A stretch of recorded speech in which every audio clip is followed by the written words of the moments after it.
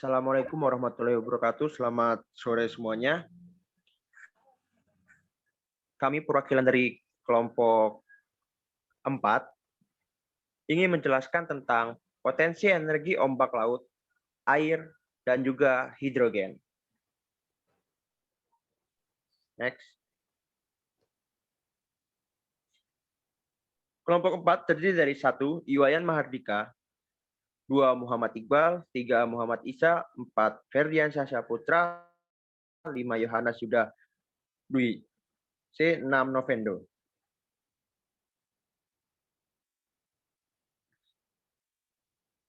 Yang pertama, yaitu potensi energi ombak laut di Indonesia yang akan dijelaskan oleh saya sendiri, yaitu potensi energi laut per provinsi. Dari data tersebut dapat dijabarkan bahwa Provinsi Nusa Tenggara Barat memiliki potensi energi laut terbesar dengan potensi teoritis sebesar 138.308 megawatt, potensi teknis 34.577 megawatt, dan potensi praktis 8.644 megawatt. Jejak Provinsi NTB diikuti oleh Kepulauan Riau, Jawa Barat sampai Lampung, Papua Barat, Nusa Tenggara Timur, dan terakhir Bali. Dari ke-6 provinsi tersebut, total potensi teoritis sebanyak 287,822 megawatt, potensi teknis 71.999 megawatt, potensi praktis 17.989 megawatt. Dikutip dari litbang.sdm.go.id melalui data Asosiasi Energi Laut Indonesia atau ASELI, yang merupakan para pakar di bidang energi kelautan, menyebutkan bahwa potensi energi laut di Indonesia secara teoritis adalah 727.000 megawatt, potensi teknis 76.000 megawatt, dan potensi praktis 49.000 megawatt. Next.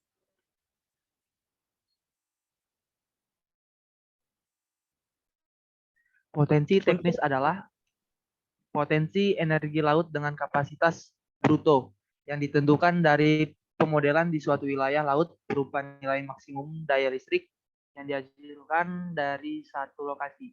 Potensi teknis adalah potensi energi laut dengan kapasitas yang dibatasi atau ditentukan oleh teknologi yang tersedia.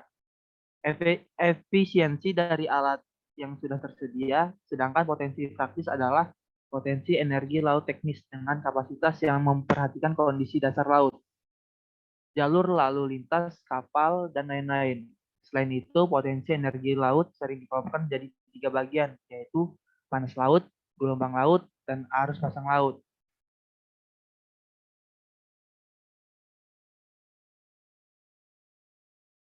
Next ya.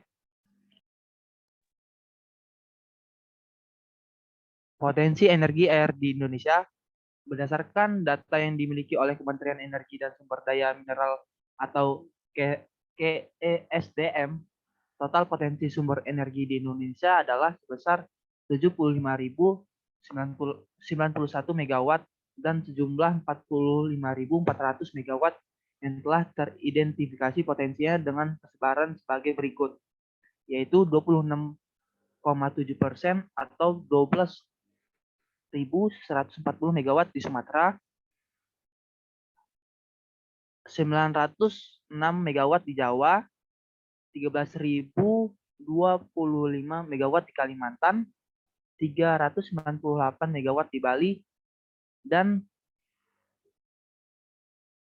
6.045 megawatt di Sulawesi, atau 203 megawatt di Maluku, dan 12.683 megawatt Papua dan Papua Barat. Sumbernya dari statistik EBTKE dan Ketenaga Listrikan di tahun 2014.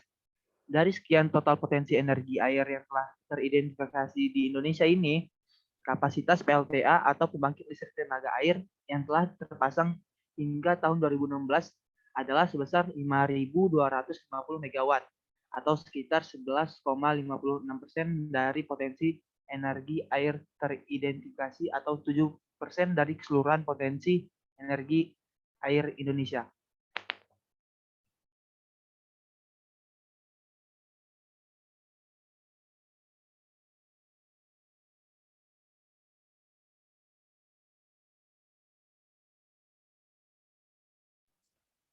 Selanjutnya, kendala penghambat pembangkit listrik tenaga air di Indonesia. Salah satu kendala pertama yang menghambat pengembangan pembangkit listrik tenaga air di Indonesia, seperti yang disampaikan oleh Direktur Jenderal Energi Baru Terbarukan dan Konservasi Energi Kementerian SDM, Rida Mulyana, tarif yang belum sesuai dengan faktor keekonomian, sehingga lembaga-lembaga pemberi pinjaman dinilai sulit dalam pengeluaran dana untuk memberikan modal bagi pengembang. Selain itu juga kendala lain dalam pengembangan PLTA juga disebabkan oleh banyak pengembangan yang menyalahgunakan izin pengembangan dari pemerintah daerah sehingga proyek pembangunan pembangkit listrik tenaga air tidak kunjung berjalan sesuai dengan rencana.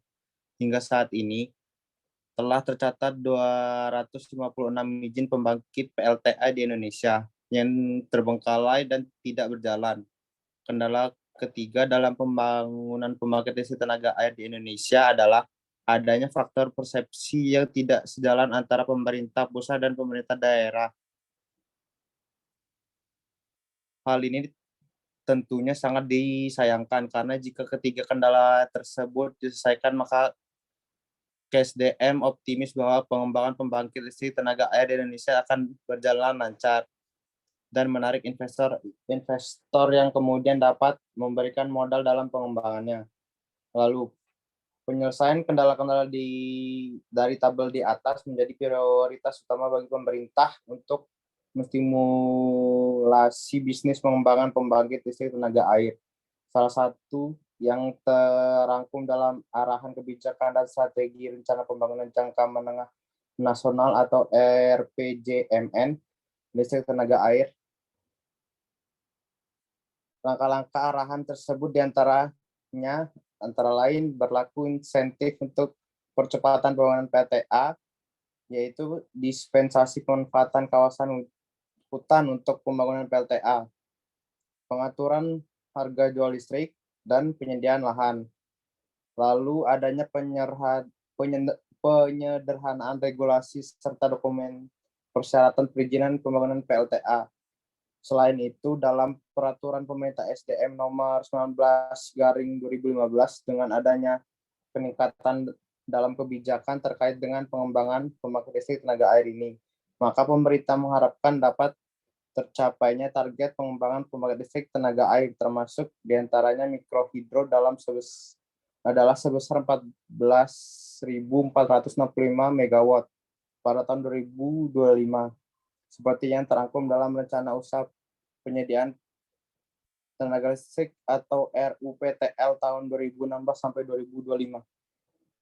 Lanjut.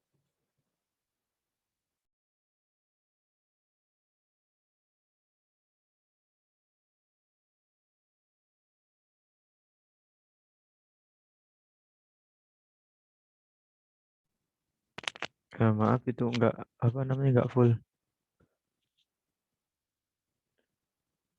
Ya. Nah, sip. Nah, selanjutnya ada potensi energi hidrogen. Nah, saat ini hidrogen di Indonesia ini tersedia dari gas alam, diproduksi 4 industri gas besar.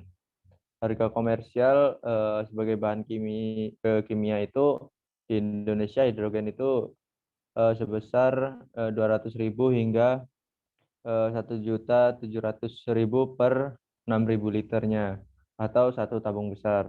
Nah, sesuai dengan kadar puritas atau kadar hidrogennya. Sehingga dapat diperkirakan bahwa operasional fuel cell per kWh adalah 3.300 hingga 28.300 dengan asumsi bahwa per kWh itu memerlukan rata-rata 0,8 sampai 1 liter gas hidrogen. Nah, karena gas hidrogen tersebut masih diperdagangkan sebagai bahan kimia, maka masih terasa mahal. Jika ditetapkan sebagai bahan bakar, maka komersialisasi dapat diperhitungkan secara ekonomis. Melihat kebutuhan energi mix pada tahun 2025, nanti Bapeti adalah sebesar 250 megawatt, yang berarti demand gas hidrogen diperkirakan mencapai 3,6 juta per meter kubik atau per hari, yang setara dengan 600 tabung besar per hari. Maka dengan kapasitas industri gas hidrogen yang ada di Indonesia sekarang ini, diperlukan 30 kali lipat jumlah perusahaan yang perlu dikembangkan. Next. Hidrogen adalah energi sekunder, sehingga tetap harus diolah dari sumber energi lain. Di antaranya selain gas alam adalah gasifikasi atau batu bara, elektrolisa air, elektrolisa metanol yang masih relatif mahal. Nah, terdapat pula perubahan biogas metan yang masih memerlukan energi panas.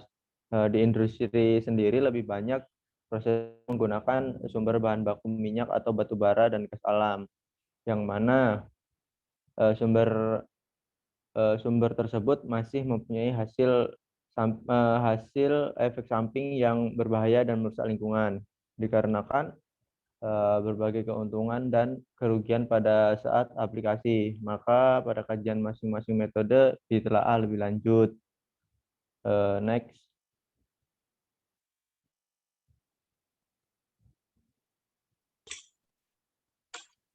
Ya, berikutnya merupakan hidrogen dari biomasa. Berkaitan dengan pemenuhan energi listrik dan penyebaran energi listrik di Indonesia yang tidak merata, terutama di daerah terpencil yang belum terjangkau oleh PLN, maka dengan memanfaatkan sumber potensi bahan nabati yang ada di masing-masing daerah yang belum tersedia fasilitas listrik melalui teknologi yang akan dikembangkan dalam penelitian ini diharapkan dapat memenuhi kebutuhan tersebut. Beberapa keunggulan dari bio H2 antara lain dapat diperbarui atau renewable energy dan ramah lingkungan atau green energy. Hasil samping pembakarannya berupa uap air sehingga tidak menimbulkan efek rumah kaca, hujan asam, penipisan lapisan ozon. Proses produksi dapat berlangsung pada tekanan suhu normal, biaya produksi lebih rendah dibandingkan dengan cara fisik dan kimia, dan dapat memanfaatkan limbah dan sampah organik sebagai substrat fermentasi. Adapun kendala yang dihadapi untuk energi alternatif ini adalah persetujuan publik, penanaman modal yang besar, dan harga H2 saat ini yang masih jauh lebih mahal dibandingkan bahan bakar lainnya. Namun, demikian H2 dapat diperoleh dengan teknologi yang lebih murah dan mudah, yaitu dengan memanfaatkan organisme bakteri melalui proses fermentasi atau fotoproduksi untuk merubah substrat organik atau limbah non-limbah menjadi energi H2. Next. Hidrogen dari proses elektrolisa. Metode stem reforming dari energi fosil atau metan saat ini dianggap paling ekonomis dan banyak digunakan secara komersial di industri. Cara yang juga dapat digunakan adalah dengan teknik elektrolisa air murni. Namun metode ini secara komersial dianggap kurang menguntungkan karena membutuhkan energi listrik yang cukup besar dibandingkan teknik produksi hidrogen untuk menghasilkan sejumlah besar gas yang sama dengan menggunakan teknik stem reforming. Menurut berbagai pakar energi dunia, teknik pembuatan hidrogen dengan cara elektrolisa dapat bersaing secara komersial jika energi listrik yang dihasilkan diperoleh dari pemanfaatan sisa panas dari pembangkit tenaga nuklir atau dari energi terbarukan seperti hidro, matahari, biomasa, dan lain-lain yang diperoleh dari alam secara cuma-cuma. Kajian air serta air dan metanol yang dielektrolisa untuk menghasilkan gas hidrogen telah dikembangkan pula di BPPT dengan menggunakan metode hibrid untuk menstorage gas dalam bentuk pendataan atau metal hibrid sehingga didapati wadah yang kompak dan ringkas. Dilakukan secara bertahap pada kajian tersebut. Untuk mengelektrolisa air sehingga diproduksi gas hidrogen, digunakan alat elektrolisa air dengan kapasitas 500 ml per menit dan fotovoltaik 100 watt. Next. Hidrogen dari proses elektrolisa metanol. Pada 2010 lalu, BPPT telah mempunyai model solar cell hingga 1 kW untuk mendapatkan gas hidrogen sejumlah 8 liter per menit. Melalui elektrolisa metanol air, metode jenis yang saat ini banyak dilakukan oleh peneliti-peneliti hidrogen di dunia adalah teknik elektrolisa dengan menggunakan campuran air dan metanol. Dengan teknik ini, energi listrik yang digunakan lebih sedikit dan tekanan gas hidrogen yang dihasilkan lebih tinggi. Dalam kegiatan ini telah dilakukan pengujian dan analisis terhadap sistem produksi hidrogen dengan teknik elektrolisa air metanol menggunakan catu daya energi surya fotovoltaik. Pada penelitian ini dicoba menggabungkan alat elektrolis metanol air yang tersedia yaitu tipe GH500 MEL electrolyzer dan Shinhu atau A dengan catu daya sistem energi surya fotovoltaik atau PLTS yang energi listriknya ditampung pada suatu kumpulan baterai yang total konfigurasi disusun sehingga didapat sistem energi listrik DC 24 volt 440 Ah. Elektrolis ini mempunyai tangki air yang dapat menampung 2,5 liter campuran air dan metanol dan dapat menghasilkan hidrogen sebanyak 500 liter per jam. Dengan tekanan dari 1-10 bar, campuran yang digunakan sebanyak 0,5 liter per jam. Daya listrik yang diperlukan kurang lebih 1,2 kW. Unit dari elektrolis tersebut selanjutnya digabungkan dengan sistem pembangkit listrik tenaga surya atau PLTS fotovoltaik. Ya.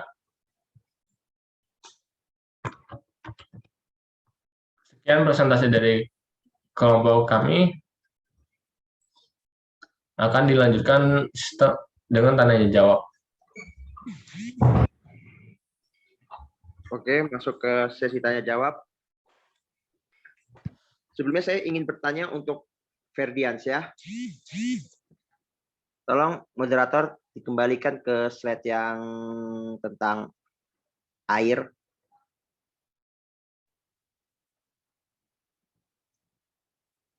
Untuk saudara Ferdiansyah, saya ingin bertanya. Jadi apakah ada gitu jenis air atau khusus gitu untuk energi air ini supaya menjadi ideal gitu. Menjadi ideal agar energi tersebut itu menjadi bagus untuk digunakan. Pertanyaannya seperti itu, Saudara Ferdiansyah. Baik, Saudara Muhammad Iqbal, langsung dijawab saja ya. Kemungkinan sih menurut saya yang ideal air itu idealnya seperti apa ya? Kayak apakah dengan larutan segala macam? Menurut saya kalau untuk pembangkit tersendiri itu yang dibutuhkan yaitu gelombang, panas laut, dan arus pasang surutnya, bukan ideal seperti macam-macam larutan segala macamnya seperti itu.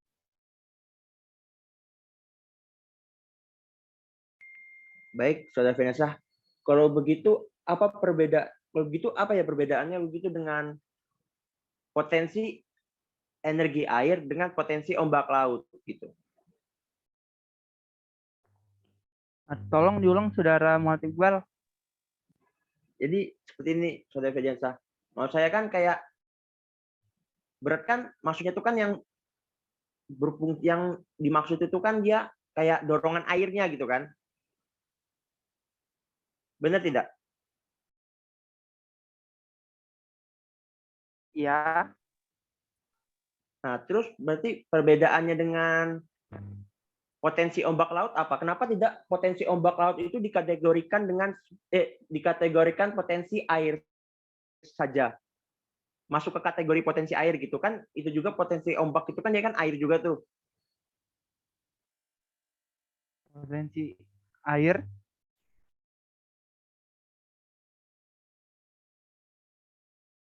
Coba diulang Muhammad Iqbal.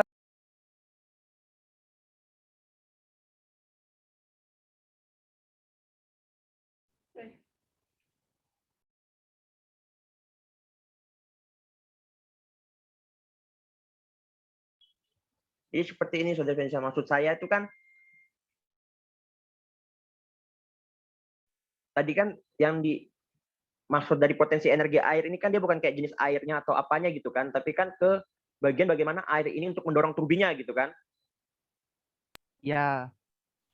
Nah, terus kenapa energi ombak ini tidak dimasukkan saja ke kategori potensi air, potensi energi air? Kenapa jadi pisah gitu?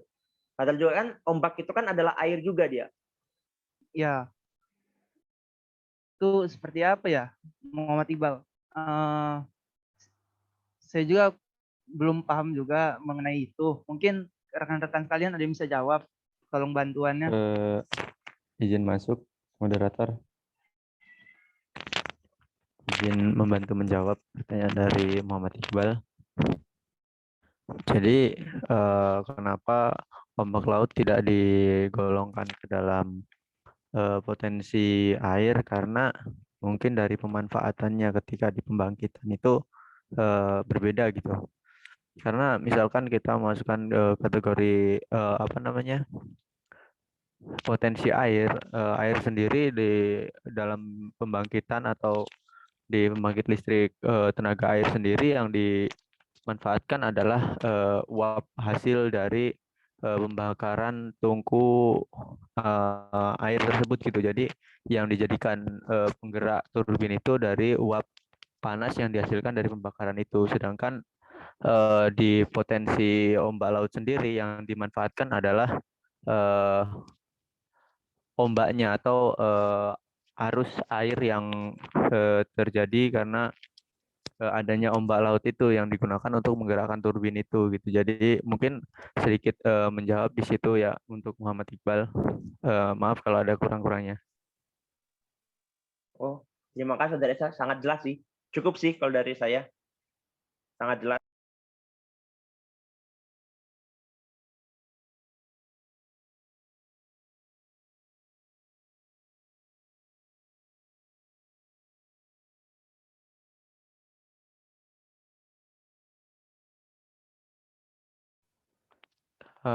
Izin masuk lagi, moderator.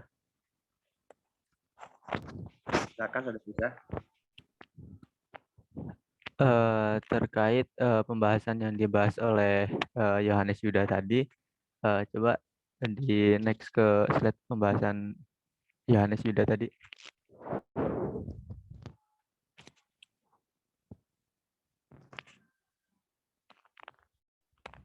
Nah, saya masih izin bertanya, saya masih kurang paham mengenai pemanfaatan dari hidrogen yang berasal dari biomasa ini gitu. Bisa dijelaskan lebih singkatnya oleh Yeye atau Yohanes Yuda? Iya, izin menjawab Saudara Isa. Ya, maksud dari energi biomasa ini merupakan sebuah energi yang tercipta dari suatu limbah. Bukan limbah sih, maksudnya kayak bahan-bahan kayak bahan kimia, bisa dari bahan kayak kotoran atau apa namanya, bahan-bahan yang tidak digunakan seperti sampah atau kotoran hewan. Itu dari setahu saya. Kemudian dilakukan proses kayak penyaringan, kayak ntar dibuat seperti itu apa, diproses untuk jadi gas gitu. Nah, dari gas itu ntar diperoleh itu apa namanya, tekanan untuk menggerakkan turbin sih. Sebenarnya saya juga masih agak kurang ngerti juga untuk energi biomasa ini. Karena gimana ya? Masih itu apa namanya?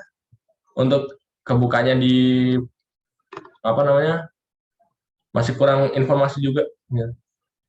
Dari apa yang saya tahu sih dia itu tuh kayak memanfaatkan energi itu apa namanya? Bahan-bahan yang tidak digunakan seperti kotoran sapi atau itu apa namanya kayak bekas-bekas padi, sekat-sekat padi itu yang sudah membusuk itu ntar diolah menjadi seperti gas. Nah, dari gas yang itu ntar diproses untuk dijadikan sebuah energi listrik gitu. Seperti itu.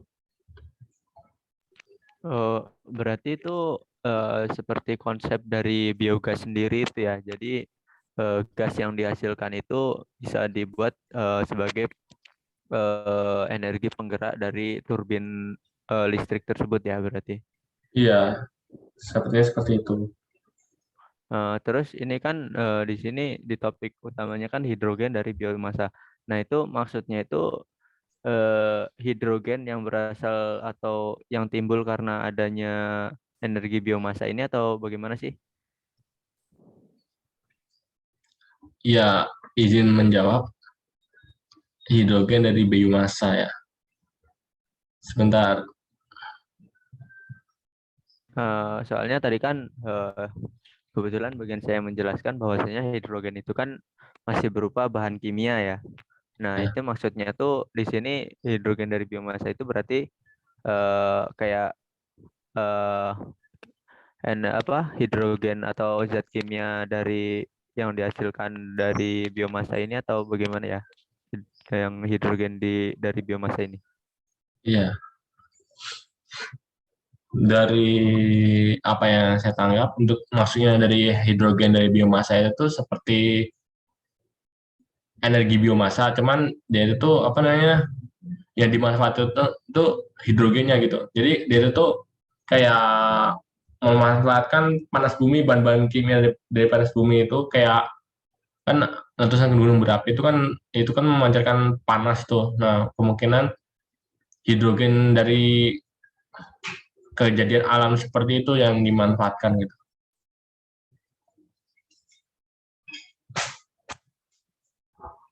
Oh, berarti itu bukan bukan maksudnya bukan limbah atau bahan kimia Ya, berupa hidrogen yang dihasilkan dari pembusukan kayak tadi yang dikatakan Yohanes tadi kan tentang pembusukan bahan-bahan organik tadi gitu.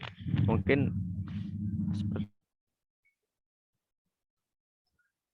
iya maksudnya dari energi Tolong, iya hidrogen silakan.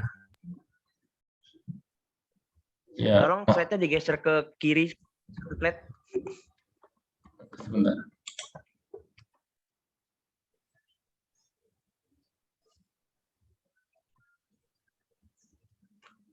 Nah, di sini kan dapat penjelasan ya bahwa hidrogen adalah energi sekunder sehingga tetap harus diolah dari sumber energi lain. Nah, maksud dari energi biomasa ini adalah hidrogen yang dihasilkan dari biomasa. Bio itu kan berarti kan hewan-hewan hidup gitu seperti kayak pembusukan dan lain gitu. Nah, hasil dari pembusukan itu kayak senyawa. Nah, senyawa itu menghasilkan hidrogen, zat hidrogen. Nah, zat hidrogen tersebutlah yang dapat diolah menjadi sumber energi. Nah, sumber energi tersebut nanti dapat digunakan untuk pembangkit. Nah, pembangkitnya itu pembangkit listrik tenaga hidrogen dan seperti itu. Jadi hidrogen biomasa itu adalah hidrogen yang dihasilkan dari senyawa biomasa tersebut. Masuk nggak, Saudara Isa? Oh iya iya ya. Berarti itu hidrogen yang dimaksud di sini adalah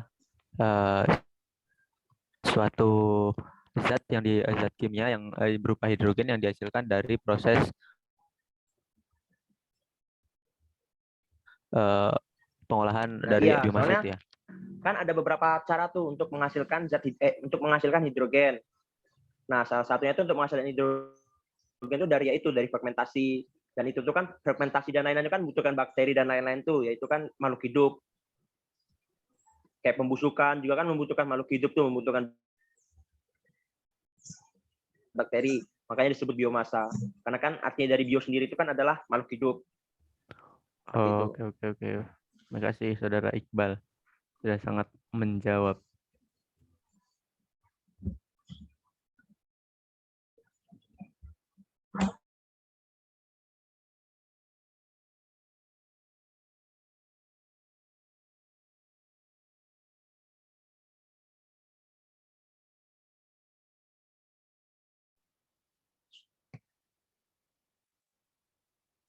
Baiklah, untuk yang lainnya apakah ada yang belum jelas dan ingin ditanyakan?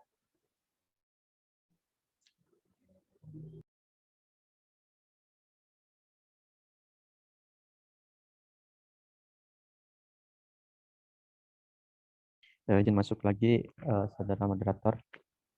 Ya, silakan Saudara Isa. Kembali ke slide yang dijelaskan oleh Saudara Ferdiansyah tadi.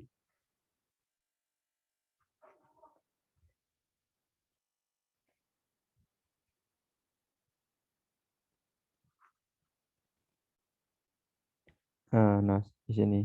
Nah, di sini kan ada tabel sumber daya laut ya. Nah, ini maksudnya bagaimana, saya masih kurang paham dari tabel ini gitu.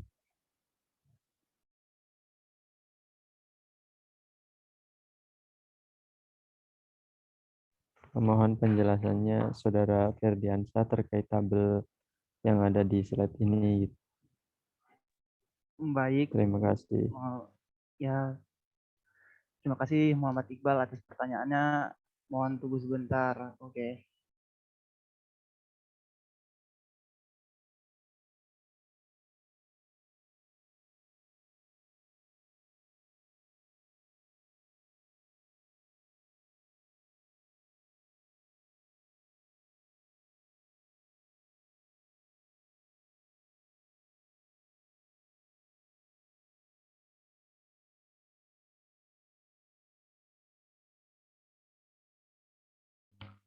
Dari tabel tersebut terdapat sumber daya energi laut yang pertama panas laut, gelombang laut, dan arus pasang surut.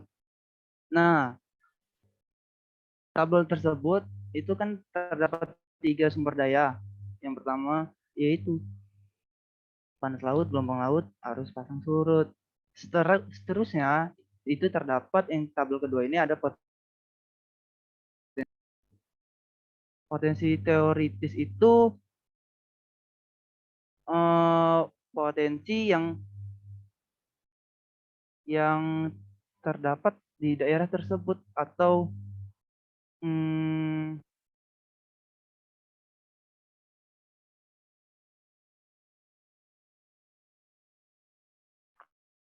Mungkin potensi teoritis itu potensi yang perkiraan atau gimana gitu ya, atau yang sudah diukur atau cadangannya.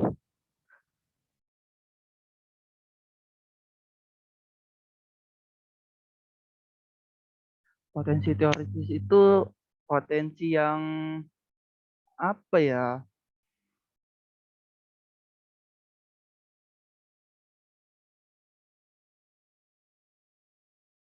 Izin masuk, moderator ingin menambahkan. Mungkin yang dimaksudkan potensi teoritis itu hasil dari potensi yang ada di wilayah lokasi tersebut yang bisa menghasilkan apa sih namanya? Daya dari suatu pembangkit, besarannya seberapa, dari apa sih? Lebih ke hasil dari Teori. Dan sedangkan potensi teknis itu potensi energi laut dengan kapasitas dibatasi atau yang ditentukan oleh teknologi. dan potensi praktis yaitu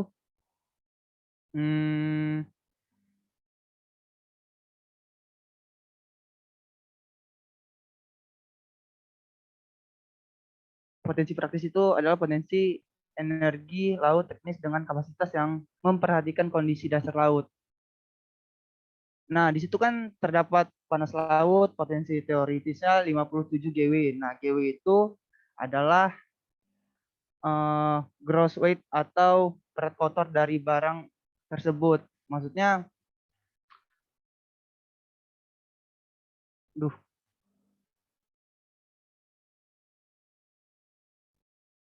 panas laut tersebut dengan potensi teoritisnya 57 GW atau gross weight, dan potensi teknis 52 gross weight, dan potensi praktis 43 gross weight itu. Dan seterusnya gelombang laut potensi teoritisnya 510 GW, potensi teknis 2 GW, potensi praktisnya 1,2 GW. Dengan total dengan ketiga sumber daya tersebut, potensi teoritisnya 727 GW, potensi teknis 76,5 GW, dan potensi praktisnya 49 GW.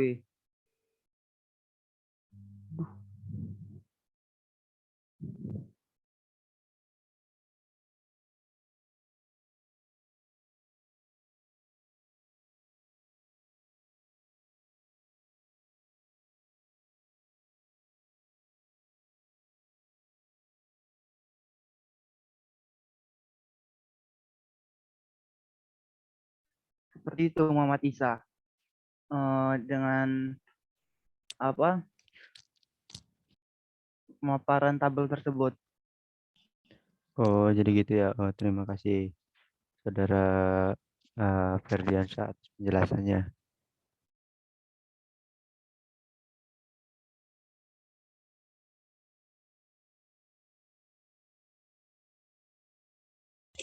Izin bertanya moderator.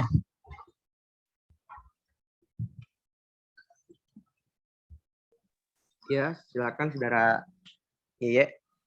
Ya, izin bertanya kepada Muhammad Iqbal yang mengenai potensi gelombang laut.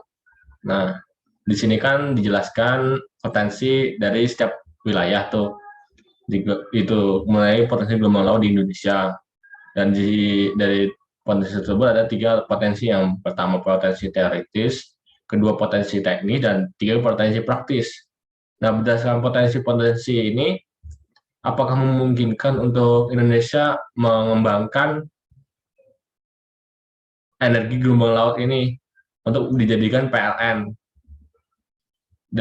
Sedangkan ya ini hanya sebatas potensi gitu. Jadi untuk pengembangannya masih belum tahu memungkinkan atau tidak. Nah, yang saya tanyakan apakah memungkinkan untuk mengembangkan sebuah PLTN dengan energi gelombang laut di wilayah-wilayah tersebut. Terima kasih.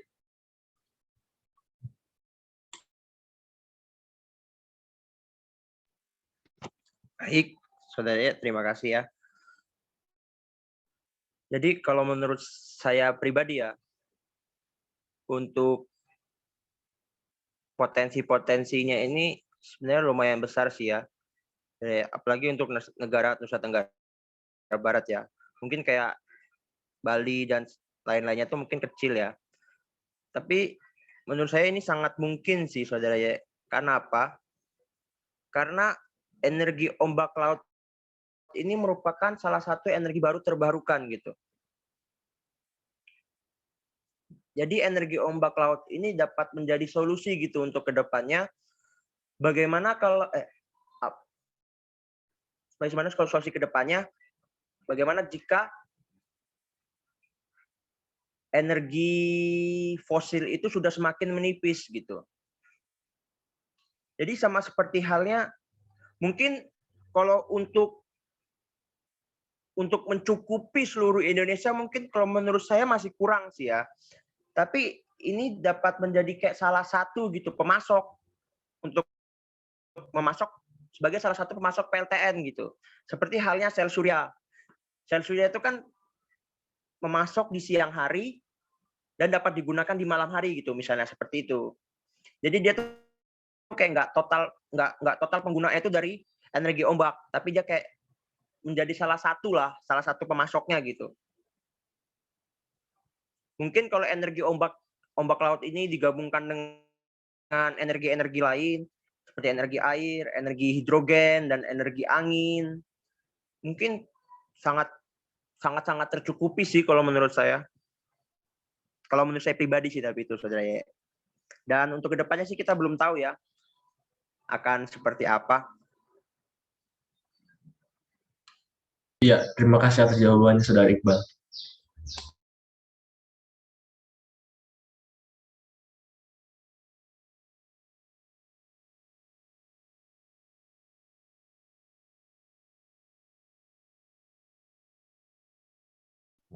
Izin bertanya, moderator.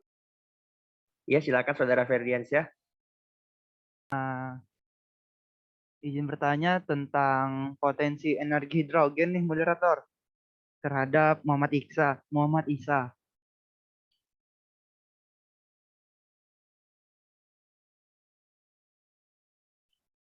Eh, Bang Yohanes, slide-nya dong.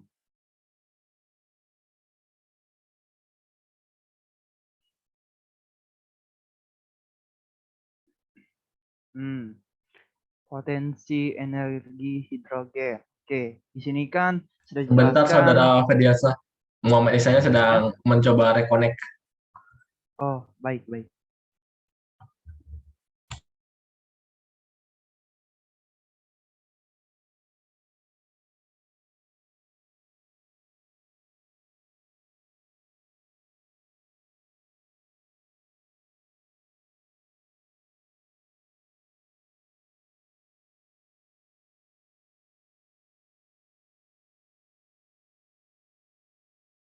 Baik, sudah reconnect Muhammad Ferdiansyah. Silahkan dilanjutkan untuk pertanyaannya.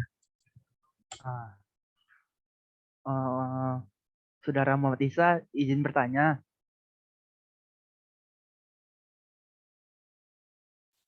Apakah aman suaranya? Aman, saudara Pepeng. Aman. Oke. Silahkan dilanjutkan. Di sini kan dijelaskan potensi energi hidrogen. Nah, di Indonesia tersendiri itu diproduksinya 4 industri gas terbesar di Indonesia. Oke. Pertanyaan saya, dengan potensi yang seperti itu, apakah potensi energi hidrogen ini akan menjadi solusi untuk kedepannya?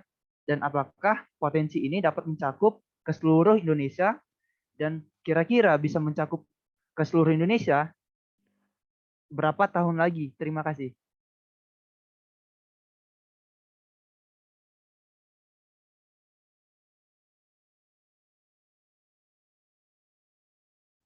Baik, sebentar saya cari jawabannya dulu.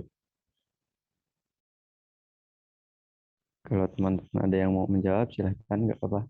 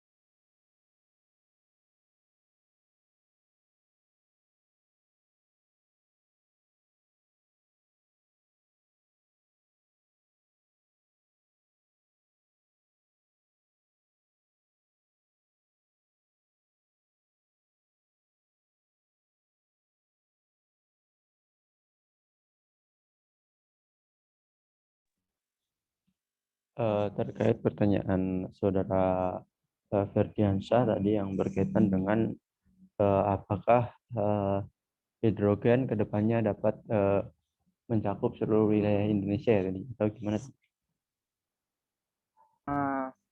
Pertanyaannya itu, apakah potensi energi hidrogen ini menjadi solusi untuk kedepannya untuk di seluruh Indonesia? Ya, seperti itulah.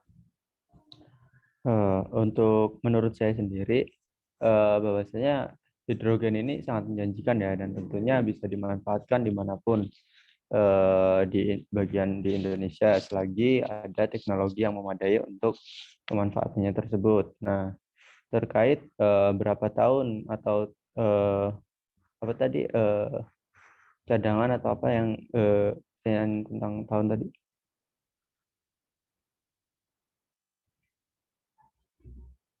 Maaf, saudara. Iya ya. Tadi pertanyaannya, dan apabila itu untuk mencakup ke seluruh Indonesia itu kira-kira dibutuhkan berapa tahun? Seperti itu.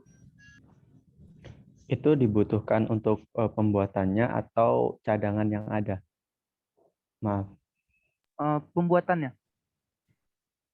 Terkait pembuatannya itu saya masih kurang paham terkait itu, tapi Kementerian SDM sendiri menargetkan bahwasanya hidrogen ini nantinya bisa dimanfaatkan itu secara bertahap mulai pada 2031 dan secara masif dimanfaatkan di tahun 2051. Itu target dari SDM, Kementerian SDM sendiri ya, yang saya tahu gitu. Berarti potensi ini menjamin untuk ke seluruh Indonesia, seperti itu. Terkait menjamin atau tidaknya itu kan tergantung tadi dari pemanfaatan dan apa namanya alat yang memadai untuk memanfaatkannya. Itu ya seperti yang dijelaskan oleh Yohanes Yuda tadi, bahwasanya hidrogen ini kan tadi bisa berasal dari biomasa segala macamnya itu. Nah, ketika sumber energi daripada misalkan biomasa sendiri masih ada gitu kan, pastinya nantinya tetap akan terus ada gitu ya. Dan menurut saya bisa sih menjadi solusi untuk Indonesia ke depannya gitu, terkait pemanfaatan energi baru terbarukan dari hidrogen sendiri ini gitu. Oke, terima kasih Muhammad Isa dengan jawabannya. Kalau ada yang kurang atau misalkan teman-teman yang lain ada yang mau menanggapi atau menambahkan, dipersilahkan ya.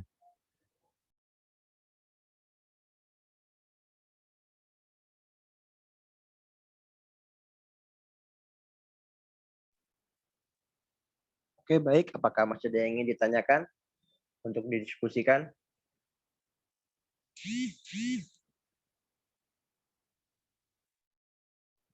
Oke ya, mungkin Dari sudah saya cukup. sendiri sudah cukup. Baik, mungkin sudah cukup ya hal yang harus didiskusikan. Oleh karena itu, sesi diskusi akan saya tutup. Baik, semuanya. Berikut merupakan hasil dari diskusi kelompok kami dan hasil dari presentasi kami. Kami akhiri. Wassalamualaikum warahmatullahi wabarakatuh. Terima kasih semuanya. Selamat sore. Waalaikumsalam Sore. warahmatullahi wabarakatuh. Assalamualaikum Sore. warahmatullahi Terima Selamat kasih sore. penjelasannya.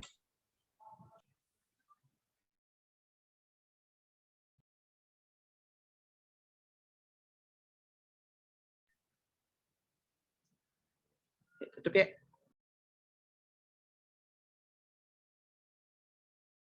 Sudah? Masih record ya. Itu masih record ya.